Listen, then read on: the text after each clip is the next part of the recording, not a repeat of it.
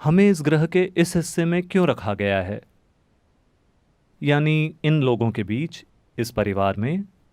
मैं इस ग्रह में हमारे अस्तित्व के संदर्भ में पूछ रहा हूँ।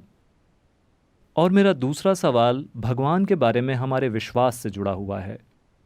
हमारे जन्म से पहले और हमारी मौत के बाद हमारे जीवन को कौन कंट्रोल करता है? आप बहुत सी चीजों में विश्वास करते हैं। आप मानते हैं कि जन्म से पहले आप कहीं थे, मरने के बाद आप कहीं और जाने वाले हैं। ये सब बहुत सारी धारणाएं हैं। जब आपके पास इतनी सारी धारणाएं हों तो सच जानने का कोई रास्ता नहीं है ना? अगर आप सच जानना चाहते हैं तो पहली चीज ये है कि आप कोई भी धारणा ना बनाएं, है कि नहीं? अगर आपकी रुचि सच में है, अगर आप सत्य की खोज में हैं, इसका मतलब आपने कोई धारणाएं नहीं बनाई है ना? अगर आप पहले से धारणाएं बना चुके हैं, आप सिर्फ अपनी धारणा को कंफर्म करने की कोशिश कर रहे हैं, यह सत्य की खोज नहीं है।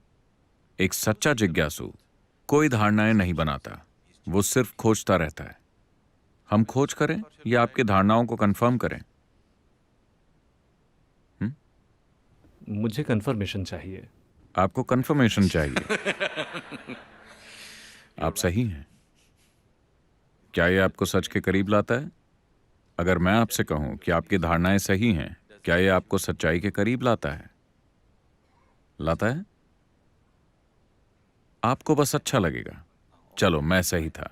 लेकिन इससे कोई भी हल नहीं निकलता, है ना? जीवन हल नहीं होता। होता है क्या? नहीं। इसलिए अपनी आस्थाओं की पुष्टि का कोई मतलब नहीं। इंसानों के साथ ये एक बहुत बड़ी समस्या है। वो चाहते हैं कि वो हमेशा सही हो। ये सबसे बड़ी समस्या है। दरअसल ये दुनिया के सभी झगड़ों का आधार है। मैं सही हूं, तुम गलत हो, यही समस्या है कि नहीं? मेरी धारणा सही है, तुम्हारी धारणा गलत है। क्या यह दुनिया की सभी समस्याओं की जड़ नहीं है? चाहे ये परिवार में हो, समुदाय में, दुनिया में या कहीं भी। हाँ, क्या हम इस समस्या को थोड़ा दूर करें? तो पहली चीज जो आपको करनी चाहिए, आखिर ये आपकी धारणाएं हैं और आपकी ये धारणाएं ओरिजिनल नहीं हैं, कहीं और से ली हुई हैं, है ना? आपके पुजारी या मुल्ला या पिता या माँ, किसी ने आपके अंदर इन्हें डाल दिया, है कि नहीं? ये किसी और से ली गई हैं। डिपेंड करता है कि उन्होंने आपके ऊपर कितनी मेहनत की है। उन्होंने काफी मेहनत की है क्योंकि उनका व्यापार दांव पर लगा है। तो हो सकता है कि आपकी धारणाओं का सच्चाई से कोई लेना देना ना हो। अब आप शरीर के माध्यम से किसी ऐसी चीज को समझने की कोशिश कर रहे हैं जो शरीर से परे है। यह नहीं होने वाला।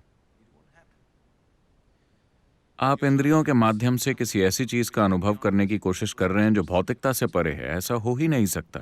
आप समुद्र की गहराई नापना चाहते हैं और आप 1 फुट की स्केल लेकर वहां गए, आप गलत नतीजे पर ही पहुंचेंगे, है ना? अगर आपको समुद्र की गहराई नापनी है तो आपका पहला काम है सही इंस्ट्रूमेंट लेकर आना। हाँ, हाँ या ना? यह आपका पहला काम है। मैं बस यही कह रहा हूं। आप भौतिकता से परे कुछ जानना चाहते हैं, पहली चीज आपको यह करनी होगी कि एक ऐसा बोध विकसित करें जो 5 इंद्रियों से परे हो, जो उसका अनुभव भी कर सके, जो भौतिक नहीं है। केवल तभी आप जान पाएंगे, वरना आप केवल विश्वास या अविश्वास कर पाएंगे, है ना? अगर मैं आपसे कहता हूं कि भगवान मेरी जेब में है, इतने लोग मेरा विश्वास कर लेंगे। यह बकवास है, हमें इस पर विश्वास नहीं।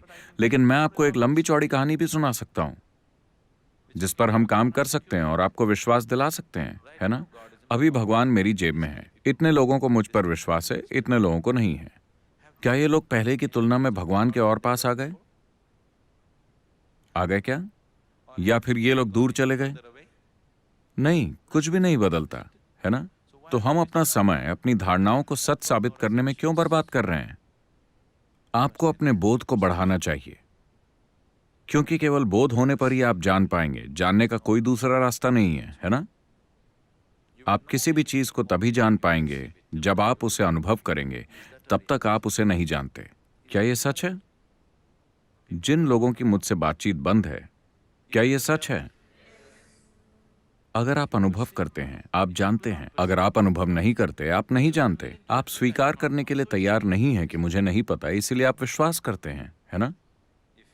अगर आप केवल समाज में पास होना चाहते हैं, तो विश्वास एक अच्छा तरीका है। लेकिन अगर आप सच में जानना चाहते हैं, तो विश्वास अच्छा रास्ता नहीं है। आस्था आपको आत्मविश्वास देती है, और मूर्खों के पास आत्मविश्वास होना खतरनाक है। समझे आप?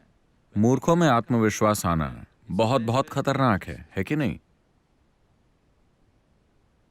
क्या आप देखते हैं, बुद्धिमान व्यक्ति हिचकिचाता है, मूर्खों में आत्मविश्वास होता है। क्या आपने देखा है? बहुत आत्मविश्वास, क्योंकि जब आप किसी चीज में विश्वास करते हैं तो आपको बहुत कॉन्फिडेंस मिलता है। आपको किसी भी चीज के बारे में कोई डाउट नहीं होता, क्योंकि आप किसी भी चीज में अपना दिमाग नहीं लगाते। आपको पक्का पता होता है। आप जॉर्ज बुश को देखिए, कितने कॉन्फिडेंट हैं। वो बहुत कॉन्फिडेंट है ना? क्या वो कॉन्फिडेंट नहीं लगते? उन्होंने भारत आकर कहा, मैं विश्वास करता हूं, मैं सच में विश्वास करता हूं। मैंने सोचा, कहने की जरूरत नहीं है, क्या हमें दिखता नहीं?